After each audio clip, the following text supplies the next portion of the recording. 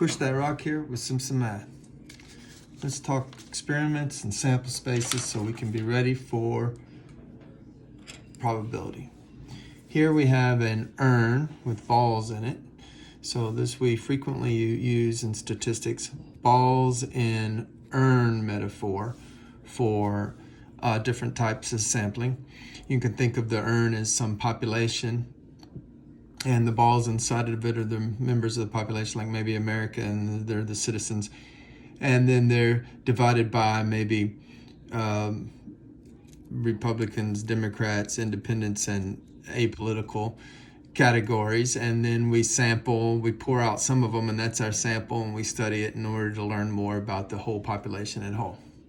So we're going to use that metaphor a lot, but it's also actual problems. People do lotteries this way. But in this particular thing, I want to define an experiment. An experiment is nothing more than an action that has an observable result. So in this case, our experiment is draw two balls simultaneously, and we're thinking of it as done blindly. Somebody reaches in blindly, just grabs two of the balls, and then we observe the color pairs. Now, a sample space is all the possible outcomes.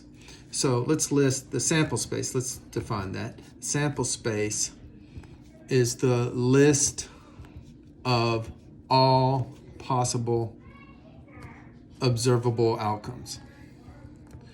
So in this case, we're getting two balls, so we could get black with green, we could get black with red, and we could get black with purple. So red, purple, green, okay? And I don't think really the order matters here. But getting green with black is, we're just observing the colors that come out. Now, that's not all of the possible things that could have happened, right? We could also had green with red. So we could have had green with red or green with purple. So we could have had green and red and then green and purple. And I think there should be one more. We're going to learn later how to compute combinations like this. But the last one is kind of obvious, that you would get red with purple. So there's our sample space, the list of all the possible outcomes. Let's do one more before we end this video, and I find out what my nephew needs, because he just knocked on my door. So we rolled two dice and observed the sum. So if the lowest numbers on a pair of dice like this would be 1 and 1, so the lowest sum you could get is 2. But we could we could get a 1 with a 2, which would be 3, and we could get a 2 with a 3, and that would be 5. Wait, I skipped over 2 and a 2, that would be 4, or a 1 and a 3 would be 4. We could get a 2 with a 3 would be 5, and I think we could get every number all the way up to 6 plus 6, which is 12. So I'll just quickly move past this. 9, 10, 11, 12. So there's the sample space. We frequently use S for sample space. The problem with this sample space is it's not a symmetric sample space. So what I do want to talk about symmetric sample spaces. So a symmetric sample space is one where we list all the possible outcomes, but they're all equally likely. So list all outcomes that are equally likely.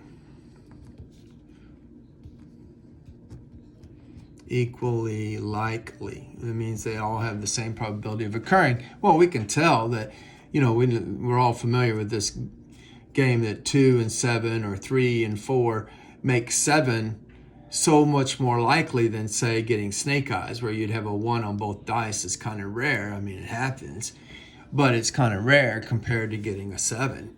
So this sample space doesn't reveal the fact that 2 is rarer than, say, 7.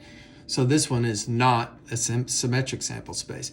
So a symmetric sample space would reveal that in some way. Well, the way I'm going to do that is I'm going to create a geometric situation. 3, 4, 5, 6. 1, 2, 3, 4, 5, 6. And inside this grid, I'm going to list all of the sums from the two dice, and each one of these sums will be equally likely. And so this will be a symmetric sample space, okay? So 1 and 1 is 2, and we'll see that's the only place 2 shows up. 1 and 2 is 3, 1 and 3 is 4, 1 and 4 is 5, 6, and 7. What about 2 and 1? Well, that's 3. 2 and 2, well, that's 4. 2 and 3, well, that's 5, and then be 6 and 7 and 8, because 2 plus 6 is 8. What about 3 and 1? Well, that's 4. Notice we keep getting these diagonals. Oh, is that pattern going to continue? Yes, this is going to be 5 and 5, because 4 plus 1 is 5, and 3 plus 2 is 5. Okay, so we're going to get a diagonal 6s, you get a diagonal 7s, diagonal 8s, diagonal 9s, diagonal 10s, diagonal 11s, because 5 and 6 make 11, or 5 and 6 make 11, but 6 plus 6 makes 12. Now, the advantage of this symmetric sample space looks a lot more complicated.